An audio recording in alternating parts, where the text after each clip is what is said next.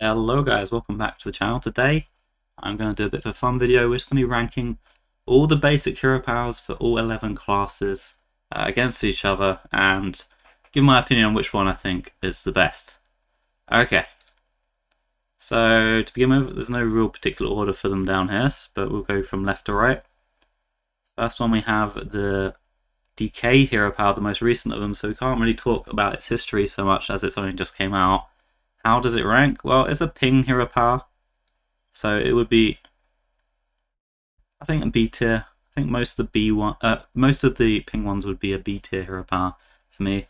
This one has an upside that it does generate a corpse for some cards, but it has also a downside that it doesn't go through taunt, and it also doesn't work if your board is full, which makes it probably worse than like the ping from Mage, for instance.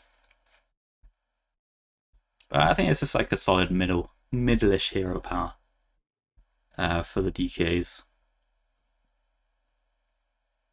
Next up we have Armor Up, the Warrior's hero power. I think I'm actually going to put this one in C tier, which might be a bit controversial, not putting it in D. This has some benefits over some of the other ones. 2 armor. You got synergies with armor within the class if you're a control deck. Obviously, it's not a very good hero power if you're trying to play an aggressive warrior. But historically, most warriors have been sort of on the control variety. And it's very good in those decks because it does allow you to get health over the 30 health threshold, which puts it over above the priest hero power, for instance. And it suits a control deck. If you're trying to outlast and grind your opponent down, being able to just increase your life every turn is going to naturally put the game towards that sort of state. And obviously there's a synergy with armor within Warrior itself. So I think I'm gonna put it as C tier. I think it's kind of what you want as a control deck. This sort of hero power. Like most of the game you're gonna be spending mana on your cards, but when you don't, you want something to prolong the game, keep you alive, and Armor Up does exactly that. Next we have Reinforce the Paladin hero power. Historically, this one was very good back in Classic, I would say, when games didn't necessarily have great finishers. And if you're against like a solo control deck, it was actually possible to grind them out if you kept creating dudes every single turn, as well as your other cards. Especially if you're up against something like Warlock or Priest, for instance, where the hero power doesn't actually affect the board, or even Warrior, you could just actually slowly get there by amassing a board full of dudes and just grinding them out value-wise that way. Nowadays, that's not really possible with there's so many finishes in the game, and the game's generally a lot faster. So winning through hero power, especially 1-1s, is just not going to happen anymore. I actually think this might be a D tier hero power, and I rank it worse than the Shaman one, which we'll get to soon. Reason being, it's just 1 health. For the token you make, 2 mana for 1 health. It's really not fantastic. And Paladin doesn't have as many swingier cards as Shaman does, so it's not as okay with just spending mana on the hero power. It really wants to curve out every single turn, and it's been that way for a while for Paladin. So whenever you press the hero power as Paladin, you're very, very sad. So I really want to put this in D tier as one of the worst hero powers in the game. Next, from one of the worst to one of the best, Dagger Mastery for Rogue. I think this is an S tier hero power. I think it's always been like maybe the strongest hero power, especially with the original 9 classes. The reason it's just so strong is it just lets you bank mana, and it's efficient in what it does. It's 2 mana for 2 damage to face. Can't hit over 2 turns, and it can't go through taunt. But just being able to dagger on 2 and not have to swing, and just save that ping for a future turn just has such a huge benefit over some of the other hero powers, and you get two swings of it, which means it's way better than any of the single ping hero powers. Downside is you do have to take the face damage. It does take up the weapon slot, so maybe you can't run weapons in the deck because of this, but it's just generally always been one of the best hero powers in Hearthstone, for a variety of reasons. So I think S tier for Dagger Mastery makes a lot of sense. Next we have the Shaman hero power. Now, don't call me biased, but I'm gonna put this one above the Paladin one into upper C tier. I do think it's a bit worse than the ping hero powers in general, but the nice thing about this is it does put out 2 health most of the time onto the board, so in terms of keeping you alive if your opponent wants to deal with your board, they are going to have to sink in more than just a hero power, or more than just a 1-1 or whatever into your minion to clean it up. That's going to help your health total quite a bit.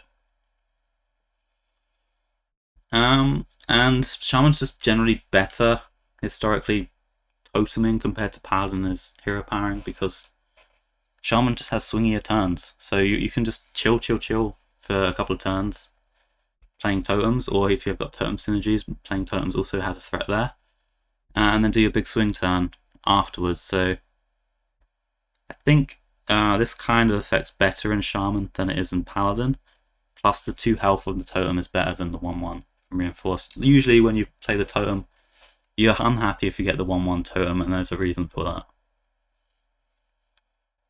Next we have Fire Blast for Mage, the most basic of hero powers. I'm going to put this at the top of B tier. It is a ping hero power. We have 2 of them here, with the Druid one and the Demon Hunter coming up as well. I think this is the best of these ones. Allows you to ping anything, whether you're frozen, whether there's a taunt in the way, etc, etc. Only thing it can't do is can't be targeted minions, but they're not very common in Hearthstone's history. Can ping face.